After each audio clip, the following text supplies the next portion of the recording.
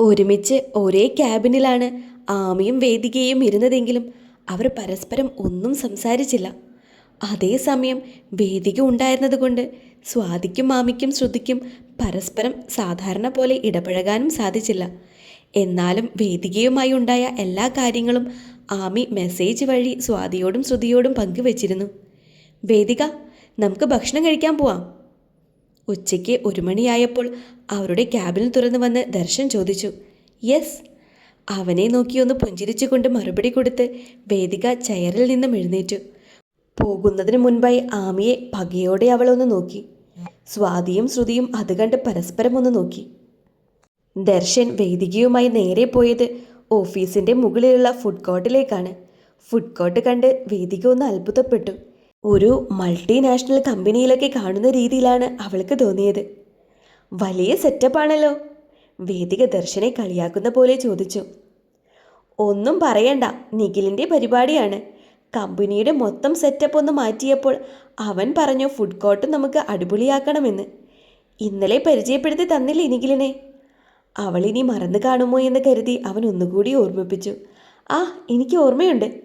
പക്ഷേ ഇത്രയൊക്കെ ആഡംബരം വേണമായിരുന്നോ? സ്റ്റാഫിന് കോമൺ ആയിട്ട് ഇരിക്കാൻ ഒരു സ്പേസ് പോരെ? 6-7 പേർക്ക് ഒരുമിച്ചിരുന്ന് ഭക്ഷണം കഴിക്കാനായി ഓരോ ചെറിയ ചെറിയ റൂമുകൾ പോലെ തിരിച്ചിരിക്കുന്നത് കണ്ട് അവൾ ചോദിച്ചു. ആദ്യം അവൻ അങ്ങനെ തന്നെയാ പ്ലാൻ ചെയ്തിരുന്നത്. പിന്നെ ഞാൻ വിചാരിച്ചു എന്തായാലും ഇത്രയൊക്കെ ചെയ്തില്ലേ, എന്നാ പിന്നെ അവർക്ക് കുറച്ച് പ്രൈവസി കൂടെ കൊടുക്കാമെന്ന് കരുതി.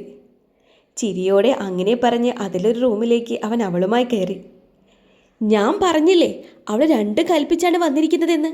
അപ്പോൾ നിങ്ങൾ പറഞ്ഞു എല്ലാം എൻ്റെ തോന്നലാണെന്ന്. ഇപ്പോൾ എങ്ങനെ ഇരിക്കുന്നു? ദേഷ്യത്തോടെ ആമി പറഞ്ഞപ്പോൾ പരസ്പരം മുഖത്തോട് മുഖം നോക്കിയിരുന്ന ശ്രുതിയും സ്വാതിയും അവളെ ഒന്ന് നോക്കി. ഇവള് പറയുന്നതിലും കാര്യമുണ്ട്.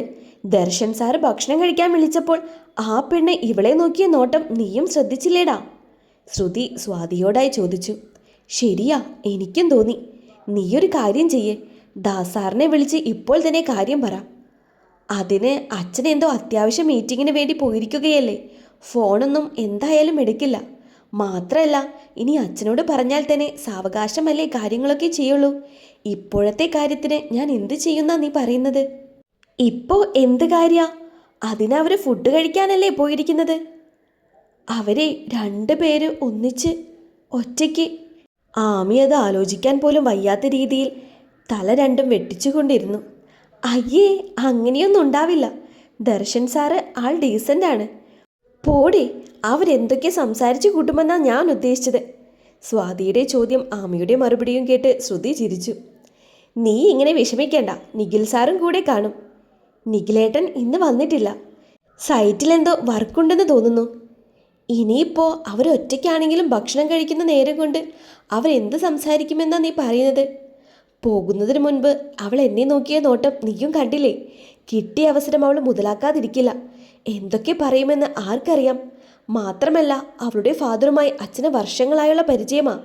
ഒരു പക്ഷേ അങ്ങേർക്ക് ഞങ്ങളുടെ എല്ലാ കാര്യങ്ങളും അറിയാമെങ്കിൽ, അത് വേദികയോട് അയാൾ പറഞ്ഞിട്ടുണ്ടെങ്കിൽ, ഇനി അതുകൊണ്ടായിരിക്കുമോ അവൾക്ക് എന്നോട് ദേഷ്യം?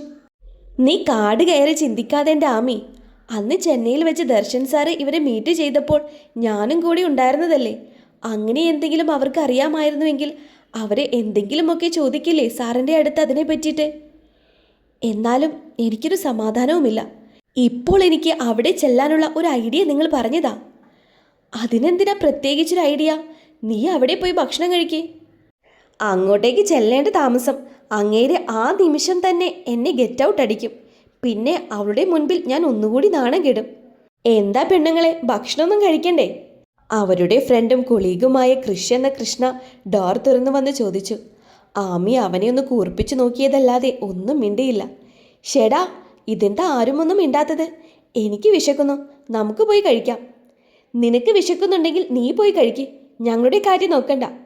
ആഹാ, ആമിക്കൊച്ചെന്ന് നല്ല മൂഡിലാണല്ലോ. ശ്രുതി വേഗം തന്നെ കണ്ണുകൊണ്ട് ഒന്നും പറയണ്ട എന്ന് ആംഗ്യം കാണിച്ചു. എന്നാ ശരി, ഞാൻ കഴിക്കാൻ പോവാ. പിന്നെ നീയന്ന് ചോദിച്ചില്ലേ ഞങ്ങളുടെ അവിടെ നടക്കുന്ന ഫ്ലവർ ഷോനെ പറ്റിയിട്ട്? ഡീറ്റെയിൽസൊക്കെ കിട്ടിയിട്ടുണ്ട്. മൂഡ് മാറുമ്പോൾ ഞാൻ കാണിച്ചു തരാം. പെട്ടെന്നെന്തോ ഓർമ്മ വന്നതുപോലെ അവളൊന്ന് ചിരിച്ചു. എവിടെ എവിടെ കാണിച്ചേ? അപ്പോൾ ദേഷ്യമൊക്കെ പോയോ? നീ കാണിക്കടാ. കൃഷി ഫോണെടുത്ത് വാട്സപ്പ് ഓൺ ചെയ്ത് അവൾക്ക് എന്തോ കാണിച്ചു കൊടുത്തു. എന്നാ വാ നമുക്ക് പോയി ഫുഡ് കഴിക്കാം. ശ്രുതിയും സ്വാതിയും ഒന്നും മനസ്സിലാവാതെ നോക്കി. എടി, നമുക്കിപ്പോൾ അവിടെ പോയിരിക്കാം. എന്നിട്ട് ഒരു ചാൻസ് കിട്ടുമ്പോൾ ഞാൻ ഇത് കൊണ്ടുപോയി ദർശേട്ടനെ കാണിക്കും. എങ്ങനെ, കൊള്ളാവോ എൻ്റെ ഐഡിയ? രണ്ടുപേരും ഒരേപോലെ തലയിളക്കി. എടാ, ഈ ഫോൺ എൻ്റെ കയ്യിലിരിക്കട്ടെ. ഞാൻ കുറച്ചു നേരം കഴിഞ്ഞിട്ട് നിനക്ക് തിരിച്ചു തരാം. ഫോൺ കയ്യിൽ വെക്കുന്നതൊക്കെ കൊള്ളാം. ഇതല്ലാതെ വേറെയൊന്നും ഓപ്പൺ ചെയ്യാൻ നിൽക്കരുത്. ചെയ്താൽ നീ എന്ത് ചെയ്യുമെന്നുള്ള ഭാവത്തിൽ ആമി കൃഷ്ണനെ നോക്കി. എനിക്ക് കുഴപ്പമൊന്നുമില്ല. പിന്നെ കാണാൻ പാടില്ലാത്തത് എന്തെങ്കിലും കണ്ട് കരഞ്ഞിട്ട് കാര്യമില്ല. കള്ളച്ചിരിയോടെ കൃഷ് അത് പറഞ്ഞപ്പോൾ ആമി അവൻ്റെ വയറ്റിലൊരു ഇടി കൊടുത്തു. ഒന്ന് ചിരിച്ചിട്ട് അവനും ബാക്കി രണ്ടുപേരും അവർക്ക് പുറകെയായി പോയി. കൃഷ് അവിടെ ജോയിൻ ചെയ്തിട്ട് 3 വർഷമാകുന്നു. ആമിയും സ്വാതിയും ശ്രുതിയുമെല്ലാം അവിടെ ജോയിൻ ചെയ്തതിന് ശേഷം പെട്ടെന്ന് തന്നെ അവനുമായി കൂട്ടായി. എല്ലാവർക്കും അവനെ വലിയ കാര്യമാണ്. അധികം വർഷമൊന്നും ആയിട്ടില്ലെങ്കിലും ജോലിയോടുള്ള അവൻ്റെ ആത്മാർത്ഥതയും എല്ലാവരോടുള്ള സ്നേഹവും കൊണ്ട് ദർശനും ദാസനുമെല്ലാം അവനെ വലിയ ഇഷ്ടമാണ്. ആമിയുടെയും ദർശൻ്റെയും കാര്യം അവൻ അറിയില്ലെങ്കിലും അവനോട് ആമിയെ പ്രത്യേകം ശ്രദ്ധിക്കണമെന്ന് ദാസ പറഞ്ഞേൽപ്പിച്ചിട്ടുണ്ട്. ആമിയും ബാക്കിയുള്ളവരും ഭക്ഷണം ഓർഡർ ചെയ്തിരിക്കുന്ന സമയത്താണ് ദർശനും വേദികയും ഭക്ഷണം കഴിച്ച് കൈ കഴുകുവാനായി പോകുന്നത് അവൾ കണ്ടത്. അവൾ വേഗം അവിടെ നിന്ന് എഴുന്നേറ്റ് ദർശന് പുറകെ പോയി. എനിക്കൊരു കാര്യം പറയാനുണ്ട്, അത്യാവശ്യമാണ്. കൈ കഴുകി ഫോണുമായി ദർശൻ മാറി നിന്നപ്പോൾ ആമി അവൻ്റെ അടുത്ത് ചെന്ന് നിന്ന് പറഞ്ഞു. എന്താ, പറഞ്ഞോ. ആമിയും ദർശനും സംസാരിക്കുന്നത് കണ്ട് വേദിക വേഗം ദർശനടുത്തേക്ക് വന്ന് നിന്നു. എനിക്ക് ദർശേട്ടനോട് ഒറ്റയ്ക്കാണ് പറയാനുള്ളത്, വേദികയെ കണ്ട് ആമി പറഞ്ഞു.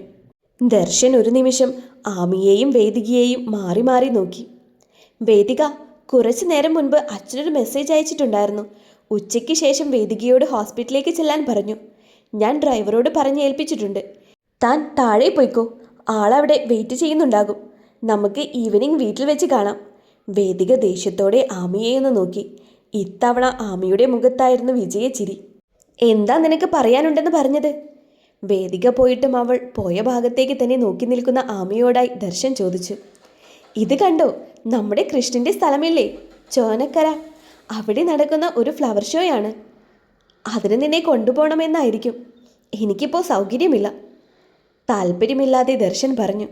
എവിടെ, താൻ അങ്ങനെ പറഞ്ഞാൽ അച്ഛനെ കൊണ്ട് വാശി പിടിപ്പിച്ച് അവൾ സമ്മതിപ്പിക്കുമെന്ന് അവനറിയാം. അങ്ങനെയാണ് അവൾ ഇന്നും ചെയ്യാറ്. നമ്മൾ പോകുന്ന കാര്യമല്ല. പിന്നെ? അത് ചോദിച്ചപ്പോൾ വാക്കുകളിൽ അല്പം നിരാശ പടർന്നിരുന്നു അവന്. ദർശേട്ടൻ ദേവിയോട് ഈ കാര്യം പറയണം. ഡീറ്റെയിൽസ് ഒക്കെ ഞാൻ അയച്ചു തരാം. എന്നിട്ട് ഈ കാര്യം വിച്ചുവേട്ടനോടും സംസാരിക്കണം. നാളെ തൊട്ടാണ് ഫ്ലവർ ഷോ തുടങ്ങുന്നത്. ഞാൻ വിച്ചുവേട്ടൻ്റെ ഓഫീസിലെ സ്റ്റാഫിനെ വിളിച്ച് സംസാരിച്ചിരുന്നു. ഈ ആഴ്ചയും അടുത്ത ആഴ്ചയും വിച്ചുവേട്ടന് അധികം തിരക്കുകളൊന്നുമില്ല. ആള് ഫ്രീ ആണെന്നാണ് അറിഞ്ഞത്. അപ്പോൾ ദർശേട്ടൻ വിളിച്ചാൽ വിച്ചുവേട്ടനും കൂടെ വരും. ഓ, എനിക്ക് മനസ്സിലായി.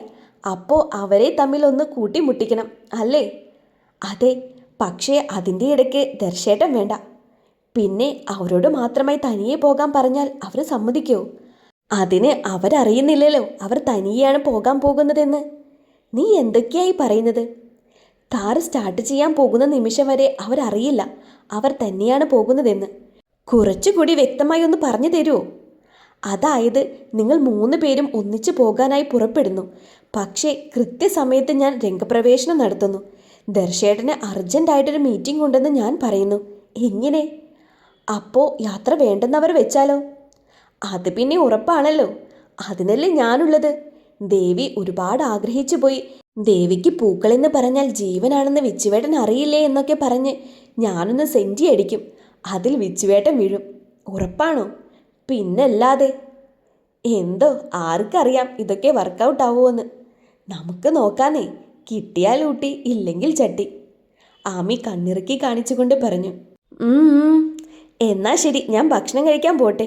ദേവിയുടെയും വിച്ചുവിൻ്റെയും കാര്യം സെറ്റാക്കിയതിലുള്ള സംതൃപ്തിയും വേദികയെയും ദർശനയും അധിക നേരം സംസാരിപ്പിക്കാൻ സമ്മതിപ്പിക്കാത്തതിലുള്ള അതിയായ സന്തോഷത്തിലും ആമി ഭക്ഷണം കഴിക്കാനിരുന്നു.